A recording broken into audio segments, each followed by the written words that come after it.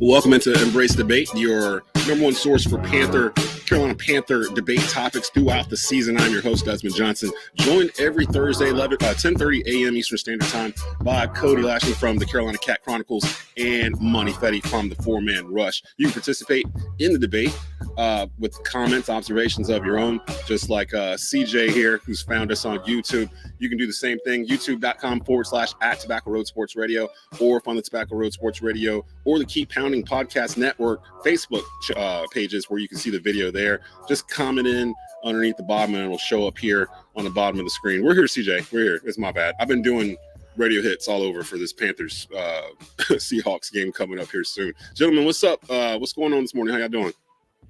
Doing good, man. Yeah, what's going on, man? I mean, how's everybody doing? We've been going through it a little bit past 2 weeks. We're here to dissect it and kind of figure out what exactly is this Panther team. 0-2, heading off to the West Coast to take on the Seattle Seahawks. It's a 4:05 kickoff. I believe it's on CBS. I'll double check that before we get out of here. Let's jump right into it because we got a hard out at 11 o'clock this morning. The first question up for you guys here, and Cody, I'm going to let you start off with this one. What do you think is the biggest issue for the Panthers offense through the first two games of the season? Oh, man, the biggest issue has to be the lack of separation, man, by the Panthers wide receivers. And I was there. I was in the bank on Monday night. It was my first ever Monday night football game. And it's different when you're watching it on TV, but then when you're actually able to just watch the wide receiving core, I had a great view. And, bro, there's just not a lot happening downfield. And because we traded picks to move up for Bryce, inevitably he's going to bear the brunt of the criticism. Like, a lot of people are defending Bryce, but there's also a lot of people that are using this to kind of fuel their own takes that they already had about Bryce, that he's too small, doesn't have the arm talent. Bryce has turned over the ball some. And, I think it's a real issue. And, Frank Reich says that we're an offense capable of putting up 28 to 38 points or 20 to 38 points. I just don't see it, man. I really don't see it. I kind of think that in order for this offense to really be able to flow, they're probably going to have to make a trade before the deadline to get someone else in here. Problem is, I don't even know if we have enough draft capital to be able to do that at this point. So it's looking kind of rough right now, gentlemen. I'm glad you mentioned that because I've got a trade question coming up here a little bit later on that we can debate here. Monty, my guy, what's you've what's the biggest issue for the Panthers offense through the first two games? Burn it all down, man. Nah, I'm joking. I really am joking. But no, he's not even playing. I'm joking, not joking. But no, seriously, man. I agree with Cody with the lack of separation. I'm gonna go a step further. I think there's a lack of creativity with this offense, and I think it starts there. I think we can't scheme guys open. I feel like we came into the season knowing that we were going to be honest, we didn't have a real deep threat outside of DJ Chark, who was, who's came in the season that we all thought was injury prone. Outside of DJ Chark, we all knew we didn't really have a deep threat at receiver. Mm-hmm. So, and now look at it, Laviska, who we all thought was going to get touches, is totally not getting touches whatsoever. And now you have, it's just, I think the lack of creativity that we were promised in the preseason just isn't there. And that's the frustrating thing for me, man, because it's like, dude, we were promised that, look, it's going to be vanilla right now because in the offseason, during the regular season, we're going to see guys stretch the field. We're going to see this and that. And a lot of the guys, for instance, Laviska, who we were promised to be the next Deebo Samuels or can mimic what Deebo does in San Francisco, bro, he's not even seeing the field. So, so for me, that's not lack of talent; it's lack of creativity. That's lack of your coaching staff having a plan after promising that they had a plan for these players. They realistically don't, or at least in two division games at that, we haven't seen it. Now, granted, it's early. We're talking about two games here. I've seen this team start 1-3 before and finish 11-5. So let's keep that in mind. So I've seen this team start worse before, or start just as bad, and still make the playoffs. So last year. Just look at last year. So we're still early in the season, But it's frustrating to hear that when you got an all-star coaching staff and we were promised, pretty much an all-star offense, and here we are 2 games in the season and we look terrible, man. Here's my one pushback to what Monty just said there, and I talked about this. I feel like I've talked about it all week, like all over, like on different things. Yes, they did say that they were running vanilla offense in the preseason, but I'm racking my brain trying to remember when Frank Wright promised us this explosive offense. Like, he never said that they were holding explosive plays. We just assumed they were explosive because we weren't seeing them. You know what I mean? Like, he never said they were the 99 Rams or anything of that sort. He just said, but even with that, Des, I don't think that, because no, he never promised us to be a top 10 or top 5 offense, sure. But to be honest, he also promised that we weren't going to be a bottom 5 offense. And that's really realistically what we're talking about. We're one of the worst offenses in the NFL right now. And it's for multiple different reasons. Yeah. And to be fair, like, if you're going to say this, that you're not going to open up the playbook for the preseason, so that way you're saving all your best stuff for Atlanta and New Orleans, and then your offense looks terrible in both of those games, it's like you needlessly set the expectations too high, because you made it seem like everything was going to be ready to gel, ready to flow as soon as it was time to play ball, and that's not what happened. So, I mean, I would have rather have seen them more in the preseason than, and have them get on more of a rhythm than for them to come out to this stale, bland start that they did. Are we not going to give any credit to the defenses for Atlanta and New Orleans, especially New Orleans? Because I think New Orleans is the top 3 defense overall in the league, to be honest. They've got all pros at all 3 levels. Now, Atlanta's different. We gave them the ball 3 times and lost the game by, it was 24-10. But if you watch that game, a lot closer than 24-10. And honestly, both games followed the same exact script. It was a rock fight for 3 quarters. Like, neither team looked really that good. The defenses were the stars. And then in the fourth quarter, we've seen this script before, guys. Panthers defense has been out there all game. They start to wear down. They let up a late fourth quarter touchdown, and then the other team might score one with about 2 minutes left in the game, and that's the margin of victory pretty much. It looks worse than what it actually was because our offense couldn't get into the end zone. They had some opportunities Monday night, but they also squandered a lot of opportunities too. I think our expectations are just high because of preseason and what we were hearing coming out of preseason in terms of, and what some of us saw, because some of us were at training camp and actually saw some of these things.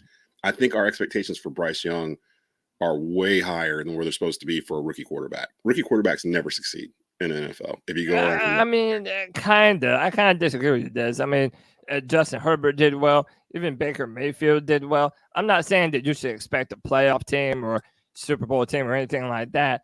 But if you have a rookie quarterback, you have to put them in a good situation where you're not demanding everything from him.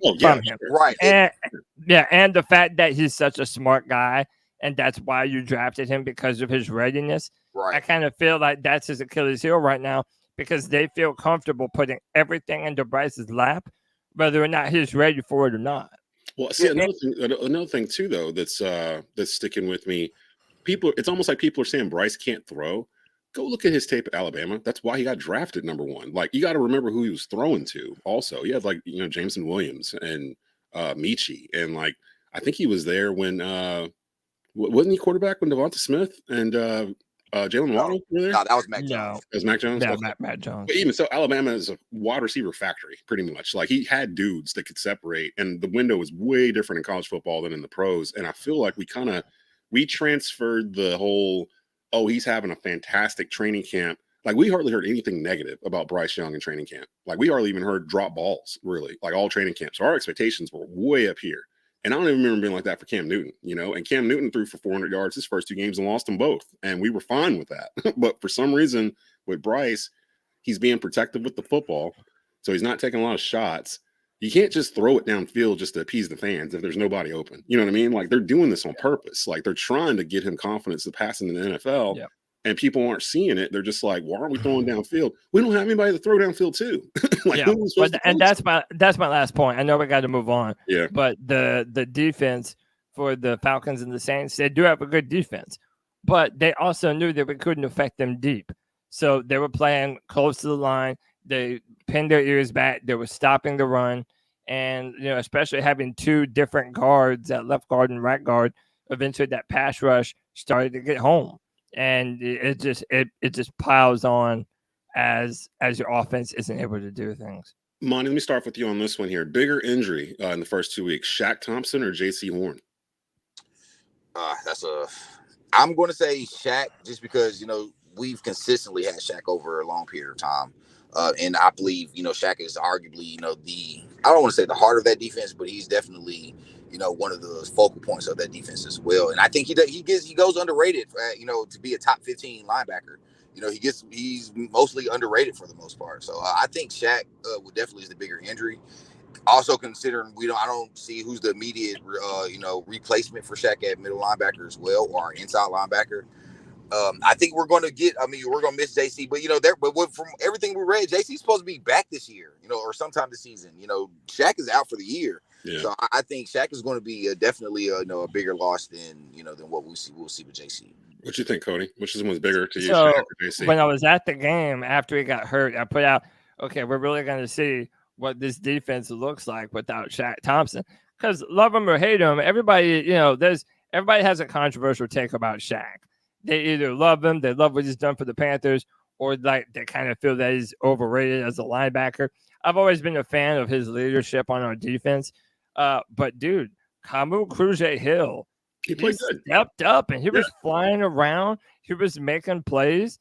And to be honest, it didn't seem like that much was missing after Shaq went down. Yes, we're used to Jaycee being hurt. This has kind of been this way for a while now.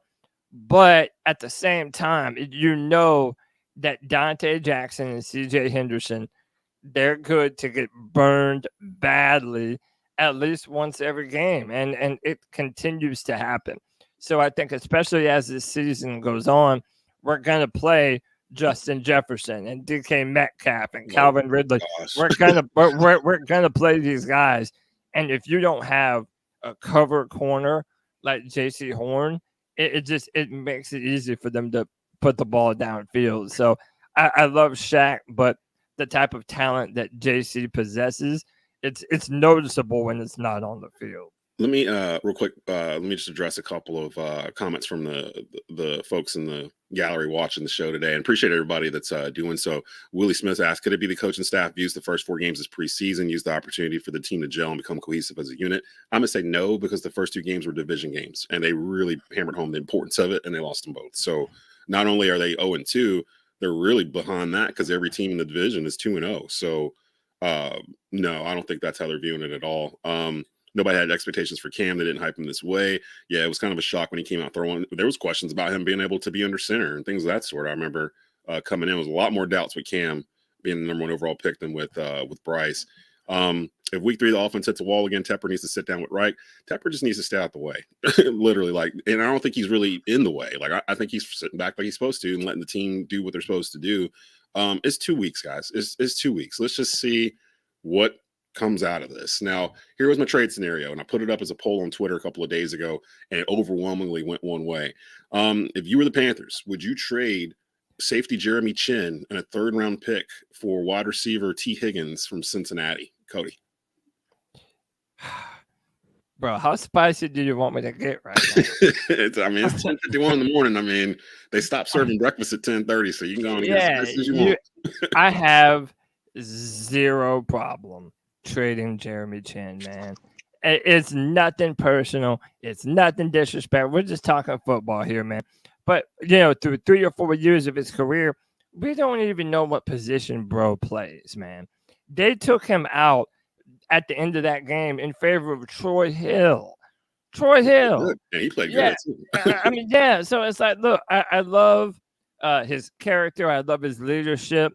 But I'm sorry, if you're going to be this hybrid type of safety, I want you to be on the level of like a Derwin James. And through this point in his career, Jeremy Chinn is just not. So I think he has to be a trade piece moving forward if you want to get another wide receiver on this team or another weapon at some point in time, because I'm definitely opposed to paying him whatever he's probably going to want to get paid. So I don't know, man. I have no problem trading Jeremy Chinn, man. Monty, would you trade Jeremy Chinn in a 3rd for Bengals wide receiver Tee Higgins? I'm on the fence. I'm kind of agreeing with Cody and kind of don't. I like Jeremy Chinn, and I agree. I do.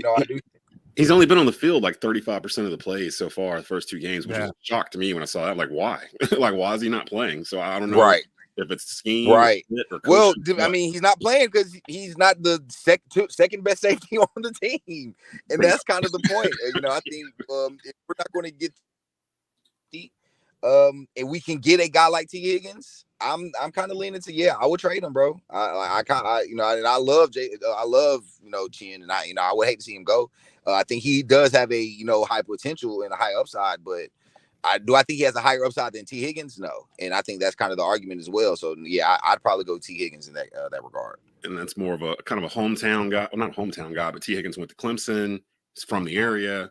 I think he has an extension coming up that the Bengals probably are not going to be able to pay since they just gave Burrow like $250 million. I'm sure they're going to keep Jamar Chase over Tee Higgins.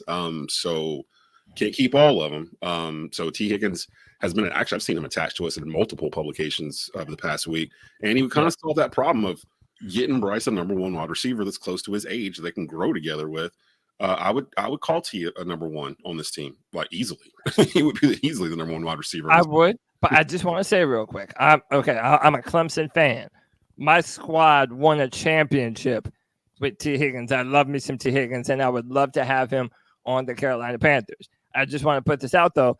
That is not the only remedy to all that ails us. Even if you get Tee Higgins, you're going to have to get a speed receiver. T is a possession receiver. So he's not necessarily going to be that burner taking the top off of defenses. I do agree that he's the number 1. He'll catch everything that you throw at him, but it can't stop with just T. You're going to have to draft another wide receiver as well to be able to complement him. Kristen Ledane says, I expect Bryce to have hiccups because he's a rookie, but we need to be moving the ball and the running plays up in whack. I'm going to push back on that second part a little bit. We're averaging 5 yards carry in our run game. Like, we're just not running it enough. It sure didn't feel like it during New Orleans. I agree. It did not feel like it. And some of it's kind of warped because that very first run play, my man hit it for like a 13-yard gain on the very first play of the game, and then Bryce had that long 28 long scamper in the fourth quarter, so that skews it a bit. So really, they only had like 70 yards rushing, but they only rushed it 19 times. So, and in a close game, it was 6-6, like in the fourth quarter or whatever, and we weren't running the ball. Like, that's either that or New Orleans was stopping our run. Maybe that's a better way to put it. We were trying to run the ball, but 3 and outs make it where you just can't do anything regarding that. I don't know if we lost. I don't know if we lost Monty for good. I know he said he'd be up at 11. He had another 5 minutes, but he might pop back up in here. While we're waiting to see if he pops back in, real quick, Cody, bigger surprise 2-0 team, Bucs, Saints, or Falcons? It's got to be the Buccaneers, man. Everybody was laughing at Tampa Bay, thinking Baker was about to stink things up, and apparently right now he's one of the highest-rated quarterbacks in the NFL. Man, that's Panther luck. Everybody. The best thing to happen to a Panther player is to no longer play for the Panthers. Unless you're DJ Moore. If you're DJ Moore, you got sent to a lower level of purgatory. Dude, poor DJ, man. That guy never gets a quarterback. I don't know who he pissed off in the NFL, but DJ Moore is got to be has the worst luck. The football gods do not smile upon him. He looks like he's crying, like on the sideline sometimes when they show shots of him. It's like he's not even getting hurt. I really wish I could have got a screenshot because it was one picture was perfect. He looked at Justin Fields right after they came off the field, and it was like, dog. He was like, bro, where did I end up going to? Because this is terrible. I told y'all, man, Chicago's where wide receiver careers go to die. And people are like, nah, DJ Moore's built different. It don't matter. He's still dependent on somebody to throw him the ball. And Justin Fields is I don't know what's going on with him. Monty, who's your surprise 2-0 team? Bucs, Saints, Falcons. Yeah, it got to be the Bucs. Like I totally agree with you. Nobody expected. We were just talking about the Bucs tanking for Caleb. We were just talking about them being the tank team just a minute ago, and now they're 2-0, and they're 2-0 and look good. Baker Mayfield looks good. Mike Evans looks like he's about to have another good season. And of course, it's hard to say that Mike Evans. When doesn't he have a good season? But and we were thinking with Baker Mayfield, it was like, oh well, this is gonna be the year Mike Evans doesn't have a break 1,000. And it's like, oh no, that's not going to happen. So yeah, man, I got to say the Bucs. You know, and I hate to say it, you know, we're the only team in our division that hasn't won a thing, and everybody else is 2-0. It sucks, bro. So, but definitely the Bucs. I will say this so everybody can walk off the ledge a little bit, because I've had to talk people off the ledge all week long. And Willie says it right here. It's only 2 weeks into a 17-game season. I think the evaluation of this team lies with the coaching staff. I will continue to watch and support the Panthers. All fans should take a deep breath. You got to kind of look at this wide angle in terms of what's happened. Atlanta's much improved. We thought the division was going to be one of the worst divisions in the league. We are wrong. Atlanta is much improved. Bijan Robinson is the damn truth. Like, that kid is going to be a problem going forward for the division going on the next 8 years or so. New Orleans, they don't even have Alvin Kamara back yet, and Derek Carr's playing like crap. Like, if they get that situated, the Saints are going to be a top 5 team in the league, possibly, with that defense.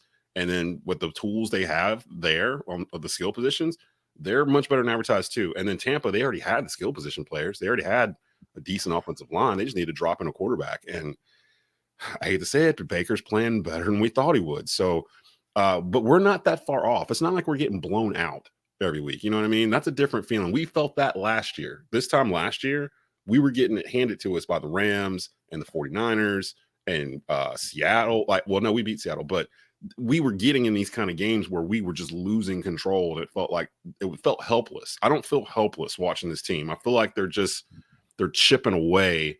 They just haven't knocked the tree down yet. And maybe this week is the week they knock the tree down. Seattle's defense is not as good as New Orleans or Atlanta, for that matter. And they've lost at home already. They lost to the Rams week 1. So that's my take on it. Let's see what happens Sunday at 4:00. Any last words before we get out of here, guys? Hey man, just keep pounding. We might be in for a long season, but as Panther fans, we're used to it at this point, man. So it's like, hold on tight, buckle up. Everybody cross your fingers that we stay healthy. I love the precautionary, yeah, dude. Buckle up for the season. Oh, bro, this could end up getting a lot worse before it gets better, man.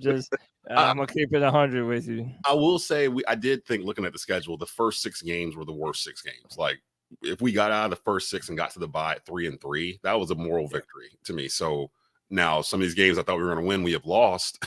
But in some of the games I picked us to lose, we might win. So if we can get to week 7, our bye week, at 3-3, everything after that, we start playing Chicago and Indy and Houston. You know what I mean? Like, teams that we're going to look a lot different against than we do some of these others. We do have the Cowboys somewhere in there, but I don't even want to think about that, because the Cowboys might be the best team in the league this year. Right. Their defense is a nightmare. But anything you want to drop on the fan base before we get out of here, Monty? Yeah, man. I said I wasn't going to panic after week 2. I'm almost there, hitting the panic button. So I'm hoping, like you said, I'm hoping you're right that we chop this tree down this week. I think that we can get after Geno. So I think that we're going to see. But man, I'm with Cody. I think we're going to have this is going to get a lot uglier before it gets prettier. So but keep pounding, fellas. I think we're going to be set to go by next year. I think we'll be looking at this and be laughing. So it's a process. It's a process. Like Stephen A would say, it's fluid. It's fluid. We're trying to figure this out on the fly. They're literally trying to figure out the offense on the fly. Ahmad Gamble says, as we get out of here, finally some sane conversation. I just left a crazy podcast, emotional men talking crazy. Yeah, we try to keep it, sane here. Go hit like on the Tobacco Road Sports Radio YouTube channel.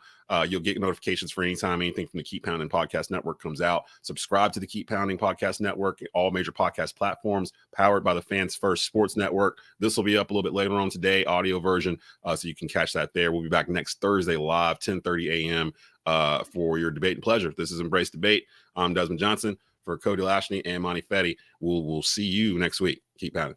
Keep pounding.